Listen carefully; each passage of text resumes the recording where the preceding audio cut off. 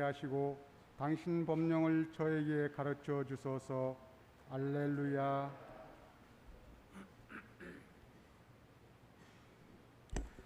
주님께서 여러분과 함께 또한 사제의 영과 함께 루카가 전한 거룩한 복음입니다. 주님 영광 받으소서.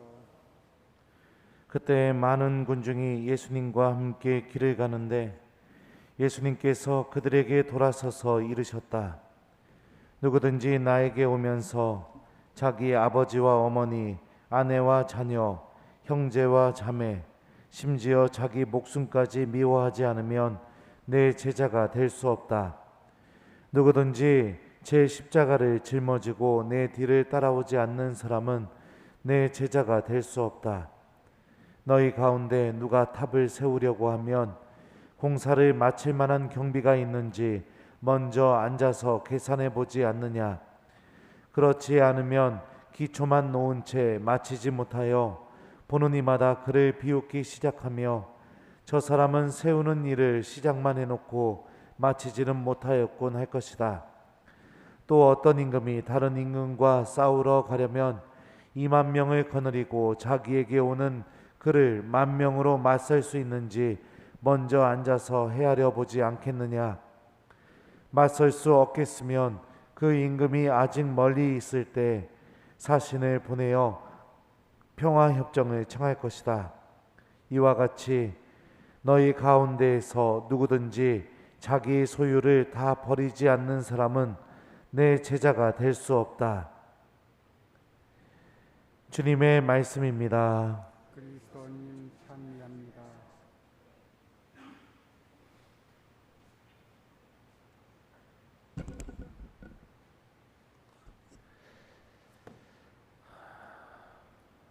오소서 성령님,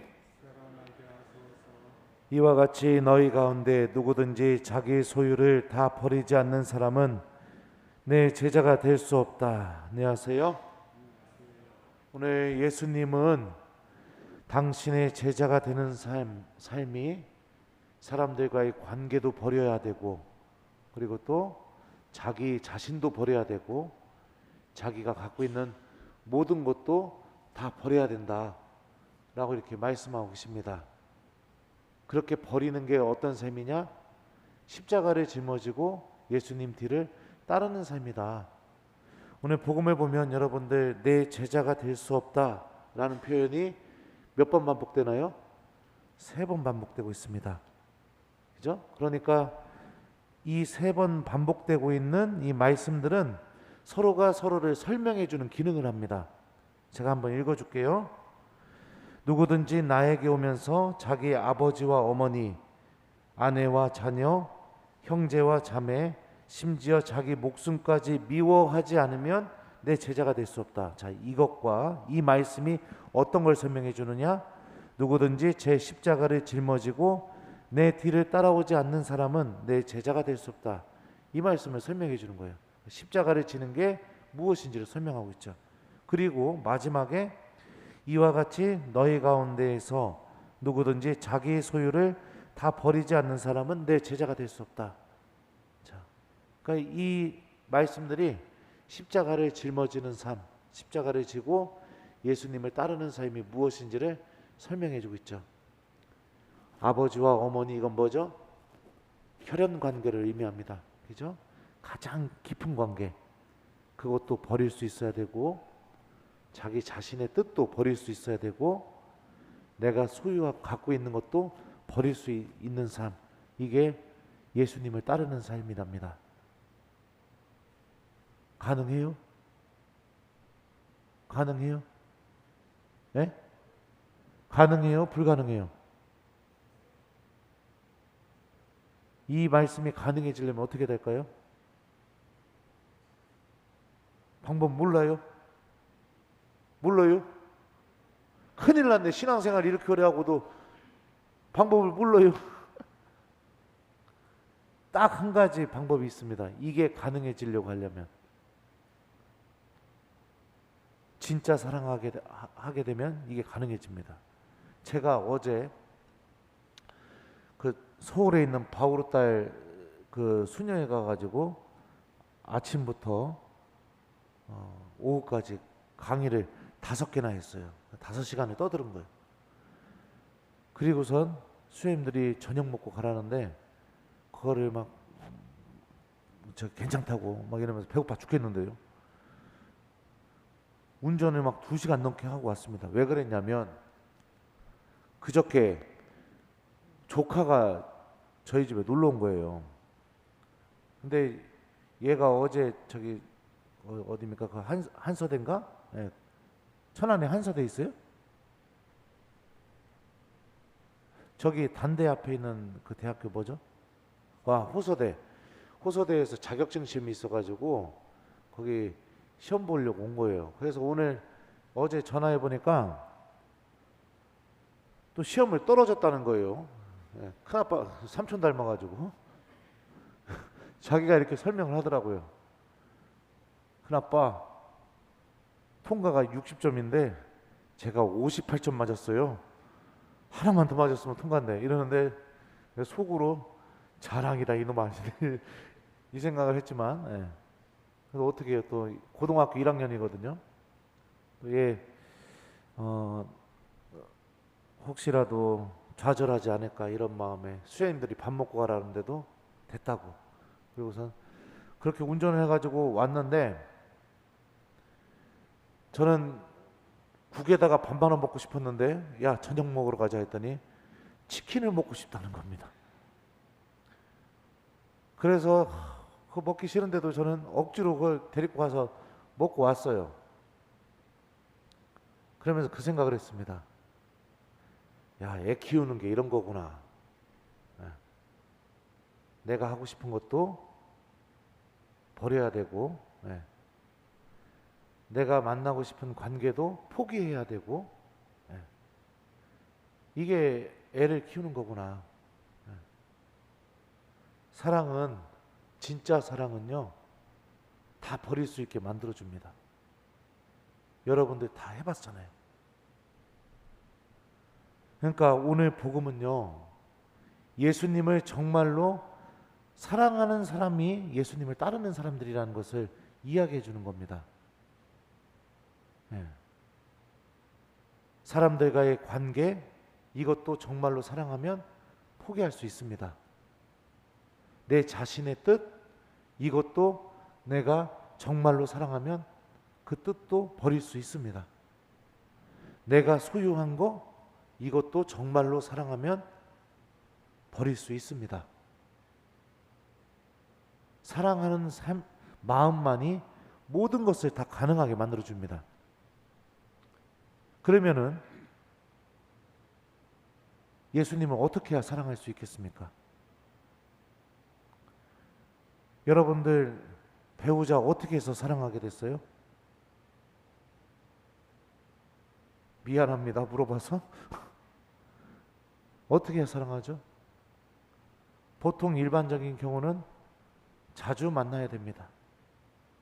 자주 만나서 대화도 하고 시간을 보내다 보면 어느 순간에 그 사람이 좋아지기 시작합니다. 좋아지고 나면은 계속 만나고 싶어집니다. 그러다 보면은 어느 순간에 내가 그 사람을 사랑하게 됩니다. 사랑하다 보면은 어떻게 되죠? 그 사람을 믿게 됩니다. 이게 우리가 누군가를 사랑하고 누군가를 믿는 방법입니다. 우리 모두는 다 이 방법을 통해서 배우자를 얻었고 사랑하는 사람들을 얻게 되었고 믿는 사람들을 얻게 되었어요.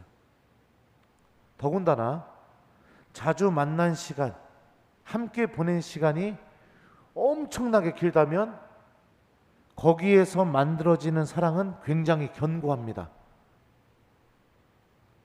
거기에서 만들어지는 믿음은 아주 견고합니다.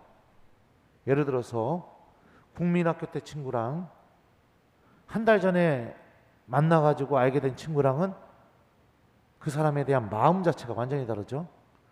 왜 가족이 그 일방적으로 사랑을 줄 수밖에 없는 관계인지 아세요? 유일하게 나와 제일 많은 시간을 보낸 사람이기 때문에 그렇습니다. 그런데 우리들은 예수님을 사랑하는데 예수님을 믿는데 유독 이 방법을 쓰지 않습니다. 만나지 않습니다. 함께하는 시간을 많이 갖지 않습니다. 그러니 당연히 사랑하는 마음도 생길 수가 없는 것이고, 그러니 그분을 향한 믿음도 당연히 생길 수가 없는 겁니다. 그럼 어떨까요? 버리는 게 쉬워질까요? 어려울까요? 엄청나게 어렵습니다. 왜요? 사랑이 없으니까. 그 사람들과의 관계를 포기하는 게 쉬워질까요? 어려워질까요? 엄청나게 어렵습니다. 아깝습니다. 성당 가는 것보다 놀러 가는 게 더 거기에 가고 싶은 마음이 듭니다. 네. 기도하는 것보다 사람들하고 밥 먹으러 가는 게 더 중요하게 느껴지게 됩니다. 하나님 말씀 듣고 기억하는 것보다 누군가 사람들하고 커피숍에서 만나가지고 그냥 그 수다 떨고 지내는 그 시간이 더 기쁘게 느껴집니다. 어려운 거예요. 그러니까 결국에 예수님의 오늘 복음 말씀을 우리가 받아들이게 될 때 너무 어렵다. 이 말씀은 그만큼 내가 하느님에 대한 사랑, 예수님에 대한 사랑이 부족하다는 것을 우리가 생각해 보면 좋을 것 같습니다. 그렇다면 어떻게 해야 됩니까? 우리가 이미 할 수 있는 방법 뭐죠? 자주 만나시면 돼요. 예수님과 함께하는 시간을 자주 보내셨으면 좋겠습니다.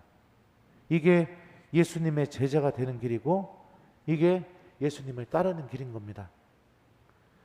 오늘 복음 중반부에 보면 예수님이 이런 말씀하세요. 너희 가운데 누가 탑을 세우려고 하면 공사를 마칠 만한 경비가 있는지 먼저 앉아서 계산해 보지 않겠느냐. 또 어떤 임금이 다른 임금과 싸우러 가려면 2만 명을 거느리고 자기에게 오는 그를 10,000명으로 말살 수 있는지 먼저 앉아서 헤아려 보지 않느냐. 이게 무슨 뜻이겠습니까? 공사하기 전에 내가 이거 공사 마칠 수 있는지 없는지 계산해 보죠.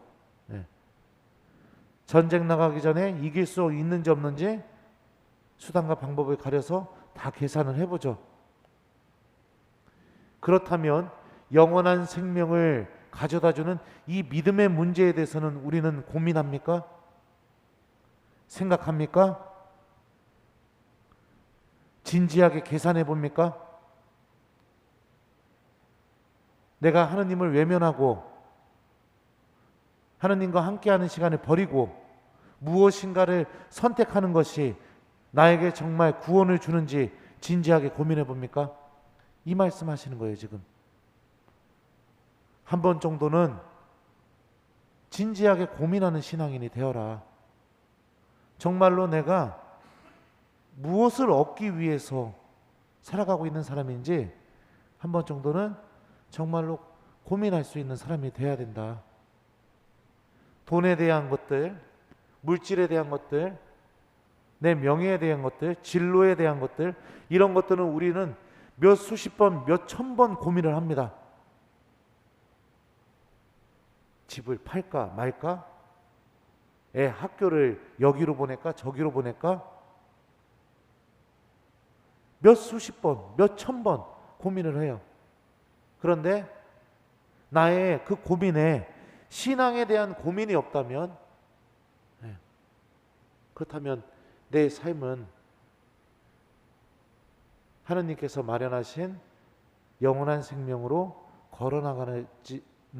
걸어나가는데 뭔가 문제가 있다는 뜻이겠죠. 오늘 제 1독서 말씀을 보면 이 말씀을 하느님이 들려주셔요. 그러나 그렇게 해주셨기에 세상 사람들의 길이 올바르고 사람들이 당신 마음에 드는 것이 무엇인지 배웠으며 지혜로 구원을 받았습니다. 지혜로 구원을 받았습니다 라고 이렇게 얘기합니다. 그리고 집회서에 보면은 지혜는 어떻게 시작이 되느냐 이렇게 얘기합니다. 집회서는요, 지혜의 시작은 주님을 경외함이며 지혜는 믿는 이들과 함께 모태에서 창조되었다. 지혜가 어떻게 사람 안에서 시작이 되느냐? 주님을 경외하는 것. 경외한다는 것은 주님을 끊임없이 기억하는 거, 의식하는 거, 하느님이 나와 함께 계시다는 것을 잊어버리지 않는 거, 여기에서 지혜가 시작이 된다고 집에서는 알려주죠.